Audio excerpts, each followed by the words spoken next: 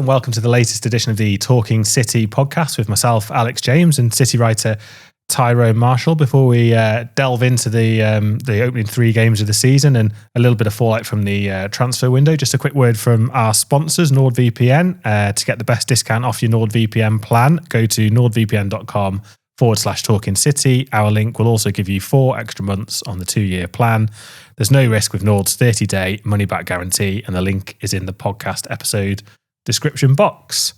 I think that's the first time I've got through that without stumbling over one of the words, so we'll take that as a win. Ty, you well? International break? Yeah, living the dream. How's it treating you? Dream. Yeah, it's boring, aren't they? Like, I mean, why have we still got these 3 international breaks at the start of the season? You can't have one after 3 games.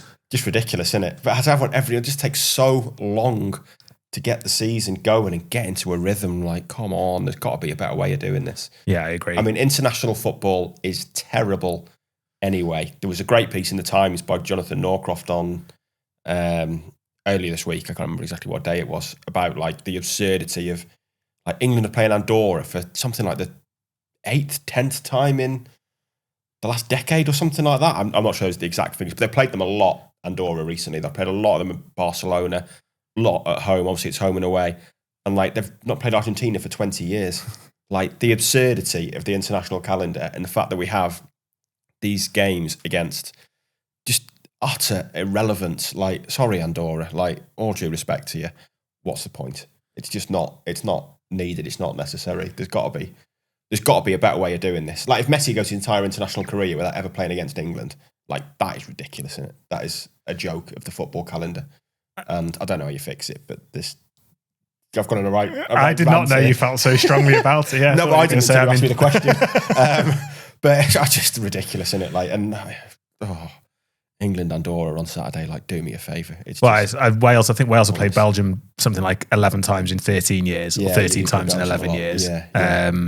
I also think that happens too often in the Champions League, and it's nowhere near that level. And I agree that the games are more of an even matchup there than England and Andorra. I was going to say, yeah. But you do feel like Atletico Madrid and PSG or whoever it is. Yeah, I mean, I guess Man City, Real Madrid is the common one. But Manchester City, Real Madrid is a better game fixture than England, Andorra, like playing every year. And obviously it's City, Real Madrid again this year. And I think we are all pretty bored of it, but we'll all be watching it. And that's not just because we've been paid to watch it. Like a lot of people will watch that game, even though it's been on loads, because it's City, Real Madrid. Yeah. People aren't going to watch England, Andorra because it's England, Andorra. Like, boring. Andorra will play 5-5-0.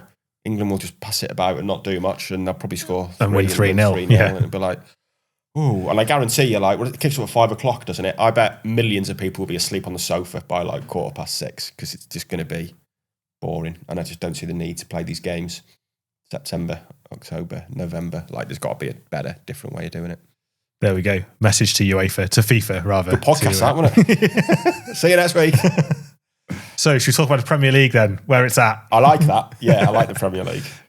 So obviously City 3 games in. We just kind of I guess dissect and review those 3 games, and I suppose we've kind of seen the good, the bad, and the ugly, or the good, the ugly, and the bad, maybe in chronological order from the fixtures for City. Obviously, very good in general against Wolves, pretty mediocre against Spurs, and then indifferent against Brighton, would you say? Or played well for the first half, maybe, or well-ish? I don't know. I don't know. I think they played pretty well against Brighton for at least the first half, maybe the first hour or so. I mean, maybe the worst performance was Tottenham, just because like they just offered so little. That's definitely the ugly in my I think that's analogy. The ugly as well in your rather painful point that you were making there. I think Tottenham was the ugly, just because they offered, like, it was Thomas Frank said City were the better team in the first half an hour. They probably were. Like, I mean, Marmoush missed a really good chance. Yeah. Can't recall much beyond that. And then after they went behind, they just offered nothing. Like, the second half was a total non-event. At least at Brighton, they created a fair amount, all of it for Haaland, really.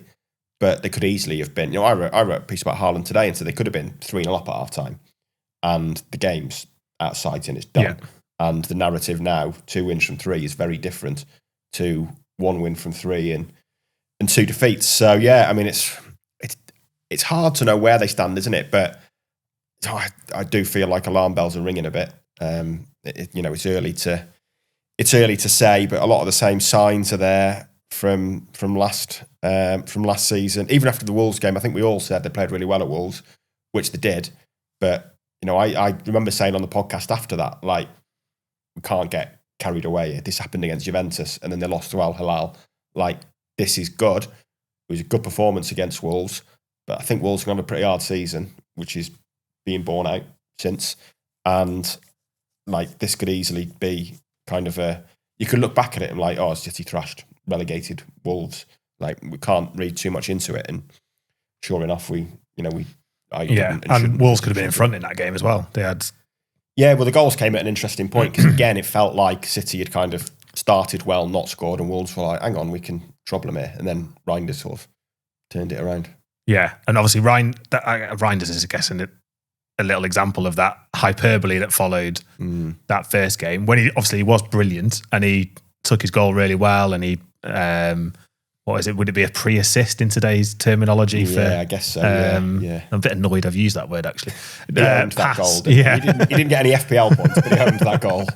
But then, since then, he's obviously not had the same impact as part of the whole team. And trying to think if you were to say sort of who's performed at a consistently good level across all 3 games, probably isn't a very long list. You've watched every game live. I've watched every game on the telly. No. Haaland scored his goals. But he missed. Yeah, he did miss. He missed chances he should have scored. Certainly at Brighton, yeah. Without doubt. And the one-on-one that he missed was like, who's that guy impersonating Haaland? Like, he couldn't get the ball out of his feet. He stumbled over it a couple of times, had to take the shot too early, and then it looked like he almost kicked the ground before he kicked the ball, and it was a bit of a mess. And the header, everyone was like, that's a great save, but he should have scored. Like, keeper shouldn't have a chance of saving that. But I don't know. Maybe Stones? If you had to pick someone out? Yeah, I guess, considering where Stones has come from as well, which is no football for months and months and months. Obviously, we'll probably come on to the injuries, but he's obviously pulled out of England this morning. And then, I don't know, Trafford's done. It's hard to say Trafford, because obviously he made that pretty glaring mistake against Tottenham, and it felt like once he'd made that, well, even before that, there was the handball. Yeah, he was rattled a bit, wasn't he? He was rattled. Yeah, he was rattled. But the other 2 games, I think he's done pretty well. I thought he played well against Brighton, even though they lost. He did pretty well at Wolves as well. But yeah, beyond that, like I say, I think Reinders sums it up. After that first game, everyone was like, wow. And then I thought he was pretty poor against Tottenham. Similar with Bob as well. Like, I thought Oscar Bob did really well. First half at Brighton, I was like, wow. You kind of think during the game, what am I going to do a piece on? What am I going to do a piece on? And I was like, I'm going to do it on Bob and how well he's played, and it kind of presenting a dilemma to Foden. And then second half, he was just like running down blind alleys, running and forgetting to take the ball, and it all kind of fell apart. And Reinders, the same. Like, I thought he was really poor against Tottenham.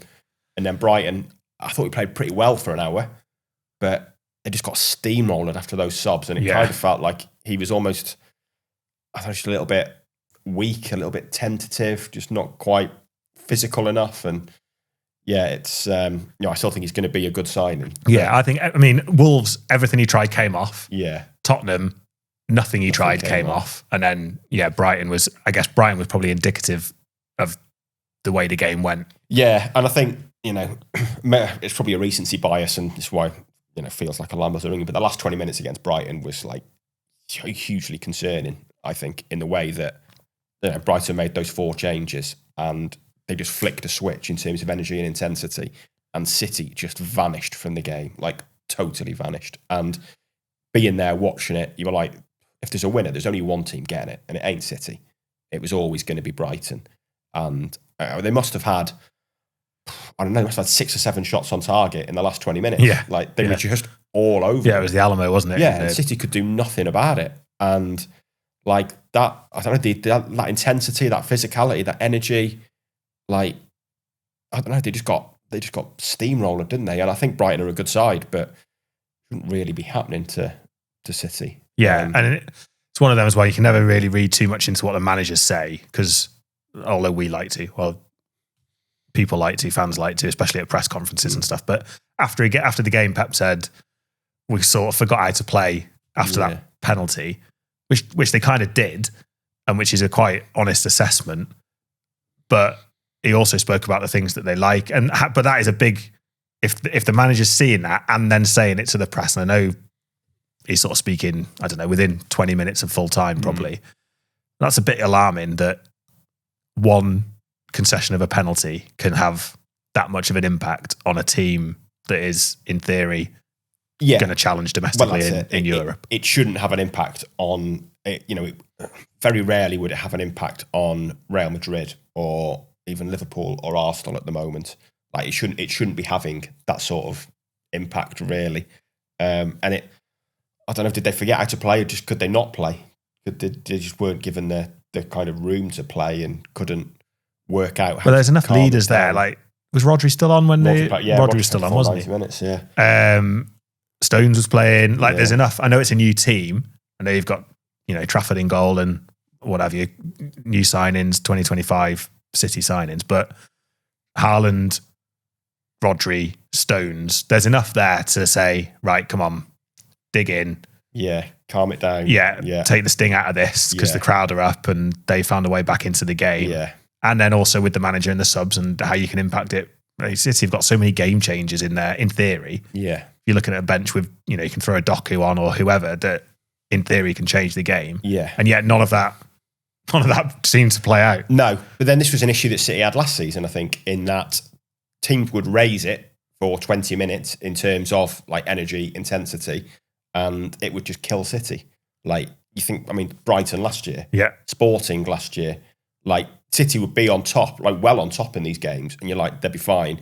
Then teams would flick a switch and City just couldn't live with it. And you think back to Guardiola's quote last year, I can't remember if it was before Christmas, after Christmas, I can't remember exactly when it was, but when he said like modern football now is what Brighton do and Bournemouth do and Newcastle do. And you look at the way Newcastle played against Liverpool with that like intensity and physicality. And like, I don't know, you don't see City doing that often. And when teams do it to them, it still kind of feels like they're struggling to cope. And, maybe having Rodri clearly not 100% at the moment. It probably won't be for a little while. Maybe having him there will change that. But, like what you said about Pep then coming out after the game and saying it, you think back to Friday, and several times in his press conference on Friday before the game, he was saying, it's going to be a good season. I'm seeing signs that it's going to be a good season. Even after Tottenham, I think he said, I'm seeing signs I like. And I don't know, you just look at it and it's like, it's hard to see what those signs are really. Like, that's my point really, because that is what you would expect managers to say. Yeah. Whereas we forgot how to play football is not really it's not the party line, is it? No, it's not. It's not. Then I guess maybe he's saying that as in like what we did was really good. Then for 2/3. 20 minutes for 2/3 of the game. Yeah, we forgot. We'll fix that. It'll be fine. But I was surprised how bullish he was on the Friday about like, it's what I'm seeing is going to be a good season. But then he also said like, if you compare this team to the treble winners or 4 in a row or 4 titles in 4 years, they will lose. Like he was pretty honest about that. Yeah. And I don't think anyone like doubts that at all. That's clearly going to be the case. But he was talking about how he thinks it's going to be a good season and maybe it still will be, but I don't know, it just on the evidence of it's a simplistic analysis, but the 3 results they've had are the exact 3 results they had last season, aren't they? Beat Wolves, lose at home to Tottenham, lose away at Brighton. And it's simplistic, but sometimes simplicity works, and it doesn't feel like an awful lot has changed at the moment. And they spent 350 million, I think it'll be now with Donnarumma. Obviously, he's not played yet, but I don't know. You don't look at it and think like it's completely overhauled the team. And obviously, they will need time. Like I think at Brighton there was more players signed in 2025 than the previous in the 9 team, years in the starting 11 than the previous 9 Guardiola years combined. So they will need time. But like I say, a lot of those problems are still there. You still wonder if Haaland ain't going to score, who is? So yeah, I don't know. It still feels like there's obviously a few question marks there because they've lost 2 of their first 3 games. And the next 3 games, United lost that last season. Napoli in the Champions League. I guess kind of comparable. Was it Inter they played in the first game of the Champions League last season? They drew 0-0 that one, wasn't it? But which wasn't in isolation a particularly bad result, but they didn't win, they didn't score. And then Arsenal away, where we all know what happened. Arsenal away. Those 3 games in the space of 7 days, on the back of what's gone before, now with a few question marks around injuries to certain players. Obviously, Donnarumma factor is a bit of a unknown, other than he's going to play, presumably. Not really clear what the best 11 is. No. I mean, it feels. It's a bit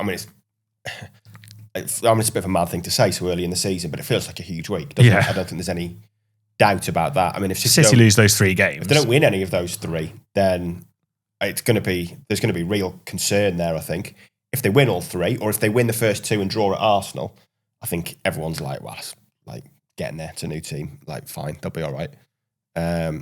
But like I say, if they don't win any of them, then I think there's going to be real concern there. It feels like a week that's really going to kind of set the tone for what comes. And we're always, we're talking about the international breaks before. It's always so stop-start that you're judging each run between an international break. So I think there's 4 Premier League games now before the next international break. So what happens there in that run is kind of going to define what we're talking about in October. And in October, we'll have 2 weeks to. And obviously, people always say it's second season. Obviously, we're not at that. We're clearly not at that kind of level. But it is going to define how people are viewing it by October. And that week after the internationals, because of what's happened, I think it's big, and it is pretty defining already. Go on. If they don't win either of the 2 Premier League games, then you're arguably saying the title race is run already, aren't you? I think. Yeah, I think if they win one of the first 5, you'd be saying, well, like, it's top 4 again already. That's the aim. I said to Si must have been on the pod earlier in the week, that Liverpool could be 6-9 points clear of City come when City played Burnley. Yeah, 6 points clear now, aren't they? Yeah. Well, yeah. So they could be 12 points clear then, in theory, by the time City come to play Burnley at the end of September, which is colossal 5 games into the season. And then I know that relies on Liverpool winning. And then also Liverpool are the only team, I think, that have won all their first 3 games. So it's not like, there's been issues that obviously Arsenal lost, Chelsea haven't looked particularly great. Newcastle and Villa, who were the teams who were chasing City pretty hard for Champions League football, haven't won a game between them, I don't think. So no, I don't think they have. It's not just City who have kind of feeling their way into a season, but it does feel like a huge derby, more so than it has done in the last. I can't remember a derby where it's felt so significant for both teams in sort of recent memory in terms of. Yeah, I don't know. I mean, did the one at the Etihad last year feel? Yeah, maybe. But then significant. I don't know. I'm trying to remember it was mid-December, wasn't it? Like, I think City were maybe.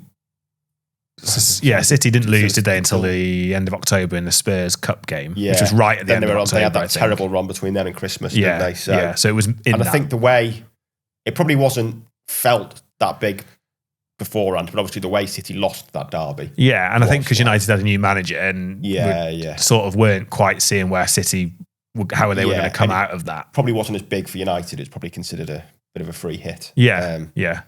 I think you're probably right. It does feel pretty big. United are above City in the table somehow, and they've been disastrous, really. It does feel a big one. I mean, it feels a game that City have got to win, really. But United have caused them problems there last year. Amorim's United are clearly better against better teams because they are a defensive team, and it's a lot easier to be a defensive team away at City than it is away at Fulham or at home to Burnley. So, and it's what you were saying before. You can almost see the pattern of the play. City are going to come out. They're going to dominate the ball. They're going to create a couple of chances. They might go 1-0 up. They might not. If they don't, a bit like Wolves did, United still think, we can grow into this. We can have a little spell. Can we nick a goal? Can City come back from that? Yeah.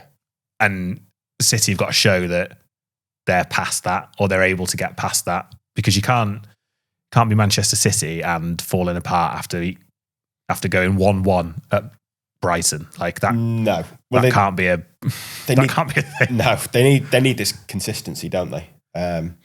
they've won. I mean, they've won. I mean, you could argue they've won. You can't argue it's true, but they've won one of the last 4 competitive games.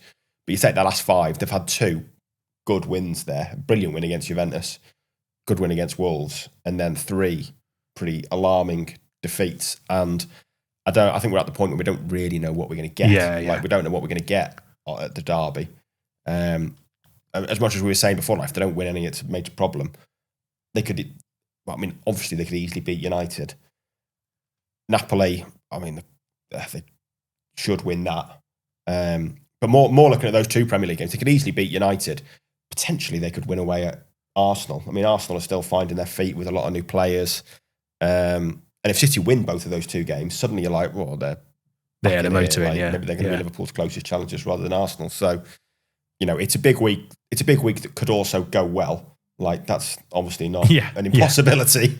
But it is still a big week. Like, there's no getting away from that. And the derby is going to set the tone for it because it's a game that they will be favourites for, and they should have won, but they should have won it last year as well. Yeah. And you're going to hand a debut to Donnarumma, presumably.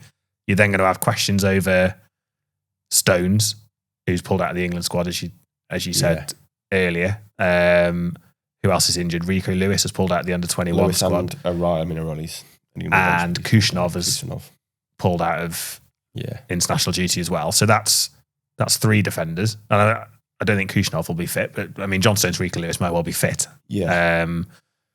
But that's not going to help if you're changing your goalkeeper and then you're still not quite sure anyway, with everybody available, who your back 4 is. No. I mean, it'll be interesting to see if Donnarumma does start. I mean, what's he going to have? Maybe 2 sessions, maybe 3 with new teammates. And it is going to be so interesting to see how this all works in terms of like the styles. Yeah. I've written a piece with Nicky Weaver's Insight for Saturday that'll be on the MEN about kind of the change. And Good plug. I thought so. Yeah. Cross promotion there. So make sure you read that. And like, I think it's, I did something earlier in the week as well, looking at their stats, and the one that kind of on FBref, it gives you like the average position of a goalkeeper's defensive actions. And Ederson's was 17.5 yards. Donnarumma's was 12 yards. And like, that sounds pretty close, but actually, like, it's penalty area to penalty spot, isn't it? Essentially, it's quite a big difference. And you're roughly saying like their starting positions are maybe 5 yards apart from that, maybe more. Like, given how far Ederson comes off his line, suddenly like it affects where the defense plays. It affects the line the defense play.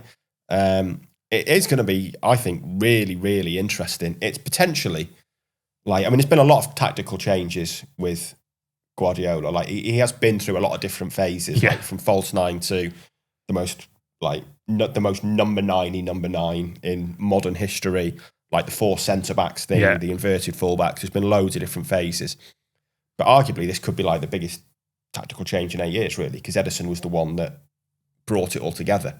That, it's been interesting to see the debate this week about, is he City's perhaps most important signing? As I think there's clearly been better signings, but arguably the most important because he just made it work. And as I was talking about with Nicky Weaver, he could take the ball under pressure. He could play as an extra defender, play short passes, get it back. Everyone trusted him, but he could also leather it 70 yards straight to someone's feet, straight to a winger, and it stretched the pitch. It made the pitch massive. It made people reluctant to press him because he could do that. Then the opposition's defenders couldn't push up because they knew the ball could sail over their heads.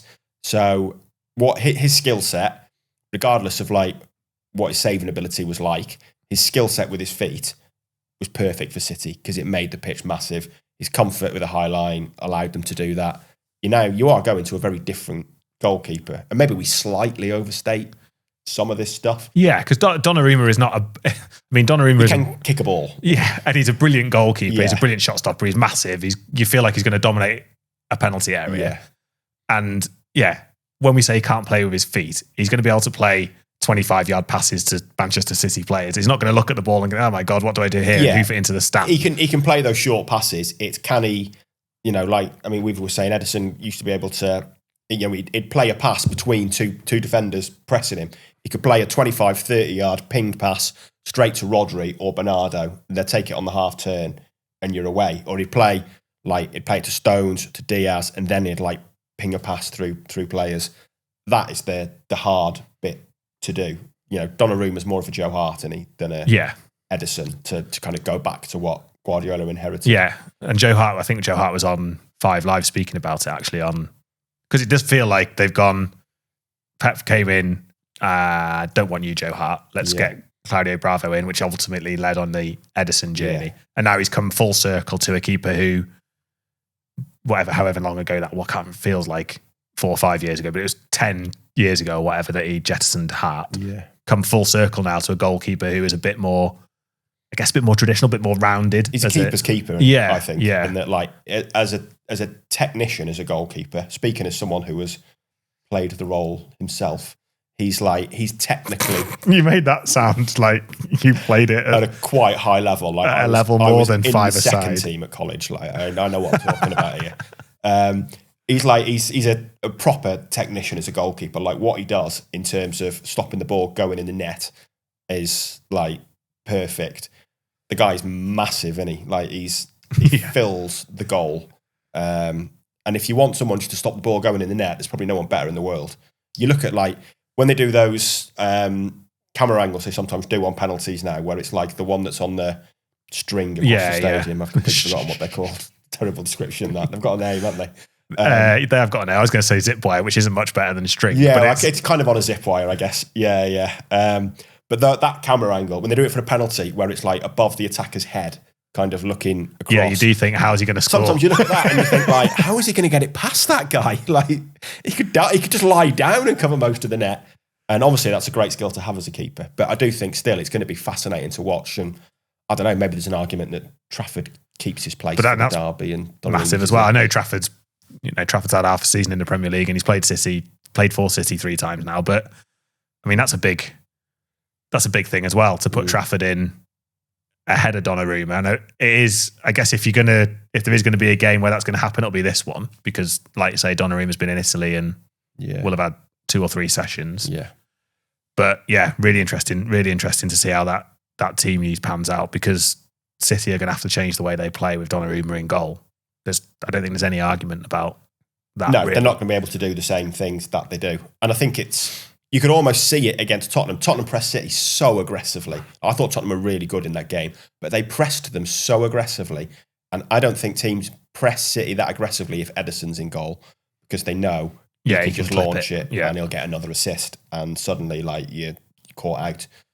For all Trafford's quality with the ball at his feet, and like, think back to Wolves when he helped create that 4th goal with like a really good dinked golf wedge, 30, 35-yard pass straight to Reinders' feet. Like, that's something Donnarumma probably can do it, but not like Trafford might hit that pass 9 times out of 10. Donnarumma might do it 7 times out of 10 or something.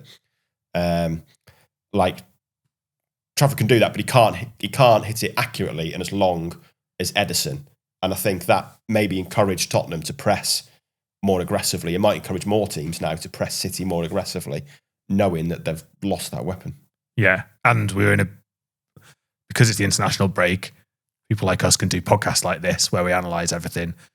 And then we're still going to have another week of build up to what is, it's still City United. It's massive. It's a massive game, isn't it? Massive game. Probably the first game the fans look for. Maybe it isn't. Maybe look for Arsenal and Liverpool a bit more now, given United's troubles. But that just amplifies everything more because of the start City have had, and because we've got this 2 weeks of watching or not watching England Andorra. Everything is going to be, the microscope's going to be so big, even for a Manchester derby, City versus United. It's going to be so big on the goalkeeper, on City in general, and on United, obviously. But I don't know, it just feels like it's going to be a really, really massive occasion. You could go through every player probably on the pitch and think, this is huge for you today. Yeah.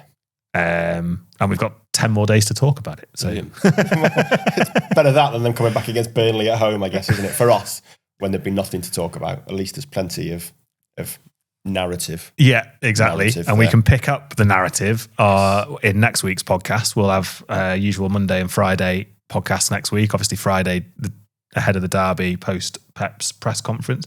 Plenty to read on our usual channels. Tyrone's already done a sterling job there of promoting his own work. So you can read that on Saturday, was it, Nicky Saturday, Weaver, yeah. on the Goalkeepers. But I think we'll leave it there for now. So thanks very much for watching. Thanks for listening, and we'll see you soon.